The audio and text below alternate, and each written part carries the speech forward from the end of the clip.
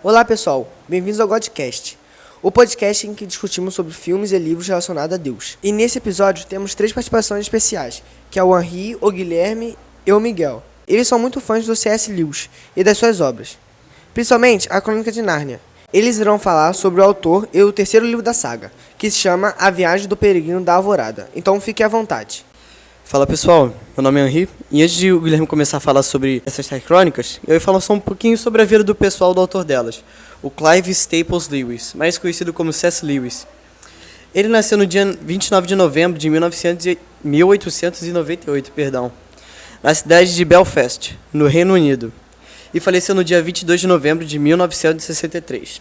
Ele foi um professor irlandês universitário, escritor, romancista, poeta, crítico literário, ensaísta, teólogo protestante inglês em 1916. C.S. Lewis ganhou uma bolsa de estudos em University College, na cidade de Oxford.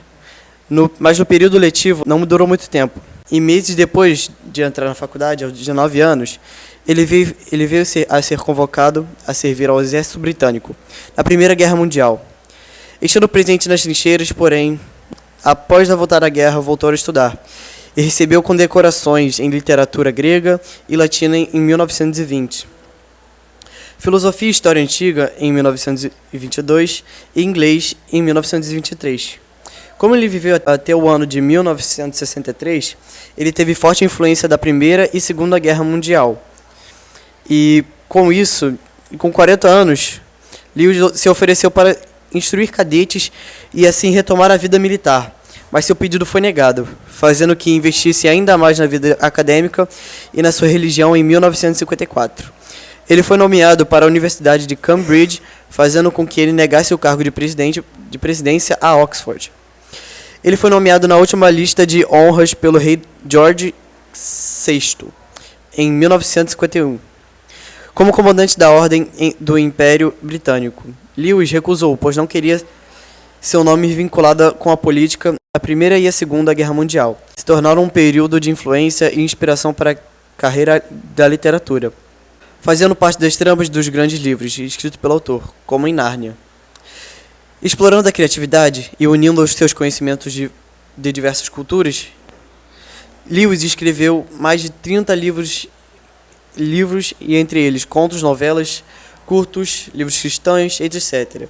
Os livros de maior sucesso na carreira dele foram as Crônicas de Nárnia, que ganhou a adaptação para o cinema em 2005. No final, são 7 livros que contam a história de 4 irmãos em meio à guerra, que buscam refúgio na casa de parentes e conhecem um mundo mágico, onde o tempo funcionava de uma maneira diferente. Não vou entrar em muitos detalhes sobre esse livro, mas deixarei a seguinte parte para o meu amigo Guilherme. E aí pessoal, tudo bem? Me chamo Guilherme e vou contar a vocês um pouco sobre as obras do C.S. Lewis, em especial sobre o livro A Viagem do Peregrino da Alvorada. Ele foi lançado no dia 15 de setembro de 1952. A sinopse do livro é que Lúcia, Edmundo e Stalker retornam para Nárnia, onde encontram com o príncipe Caspian, que agora é rei, e outros amigos. Em busca dos 7 fidalgos desaparecidos de Telmar, eles começaram uma nova aventura a bordo do navio peregrino da Alvorada. Irão encarar guerreiros, dragões, anões e tritões. Fazendo uma análise sobre os personagens, vemos que no livro há uma evolução do príncipe Caspian, e desde o último livro, o seu papel como líder. Há a notável transformação de Eustace, de um garoto irritante, para um personagem valente. Várias experiências e desafios pessoais sobre Edmundo e Lúcia. E vemos também a participação de Rap-Tip, um rato guerreiro com o sonho de encontrar um fim do mundo. Esse livro é rico em simbolismo cristão, refletindo muitos temas e ensinamentos da fé cristã. Meu amigo Miguel separou 7 principais elementos simbólicos cristãos nesse livro. É com você, Miguel.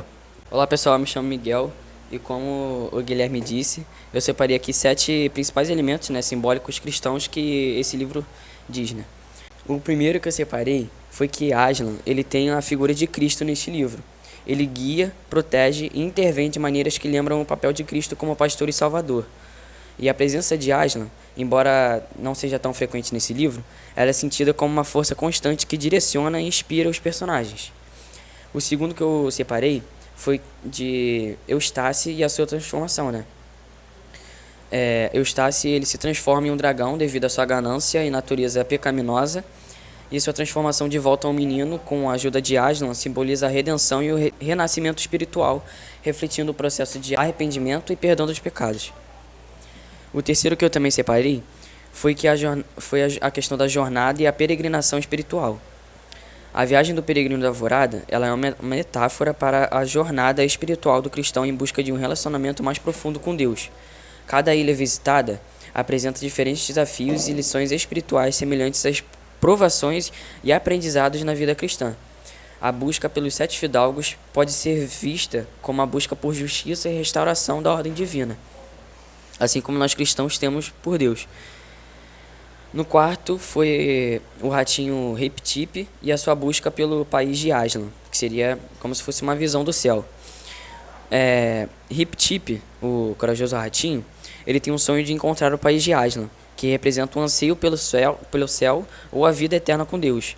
Sua dedicação em alcançar o fim do mundo simboliza a busca incessante do cristão pelo reino celestial e a união eterna com o Criador, que seria Deus. No quinto, que eu separei, se diz sobre a luta contra a tentação e o mal. Em vários episódios deste livro, como a ilha onde os pensamentos se tornam realidade, ou a luta contra a escuridão em Dark Island, simbolizam a luta contra a tentação e o mal. A necessidade de confiar em Aslan, que seria Deus, para superar esses desafios, reflete a dependência do cristão em Deus para vencer as adversidades espirituais. A sexta que eu separei foi a renúncia do mundano, que diz que ao longo da jornada os personagens eles aprendem a renunciar a desejos mundanos e focar em propósitos mais elevados e espirituais, ou seja, focar em Deus. Isso é visto como, por exemplo, quando eles encontram tesouros, mas eles devem resistir à cobiça e à ganância, simbolizando a necessidade cristã de colocar os valores espirituais acima dos materiais, ou seja, basicamente colocar Deus acima de tudo. Na sétima e por último, que eu separei, foi a esperança e a fé. A perseverança do grupo em seguir em frente, apesar dos desafios e das adversidades, simboliza a importância da esperança e da fé na vida cristã. A visão final de Aslan e a promessa de que ele está sempre com eles, mesmo quando não visível, reforça a ideia da presença constante de Cristo na vida dos fiéis. É importante afirmar também que esses elementos tornam esse livro não apenas uma aventura fascinante, mas também uma rica alegoria cristã, oferecendo lições espirituais profundas disfarçadas de narrativa fantástica.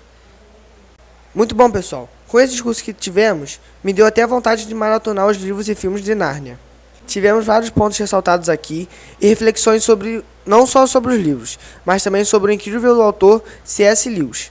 Agradeço de coração a participação de vocês aqui e espero que hajam mais encontros como esse. Muito obrigado. Bom, pessoal, infelizmente chegamos ao fim de mais um episódio aqui no nosso querido Godcast. Mas vejo vocês no próximo episódio, onde falaremos sobre o livro O Deus que Destrói Sonhos. Não percam. Até a próxima. Tchau.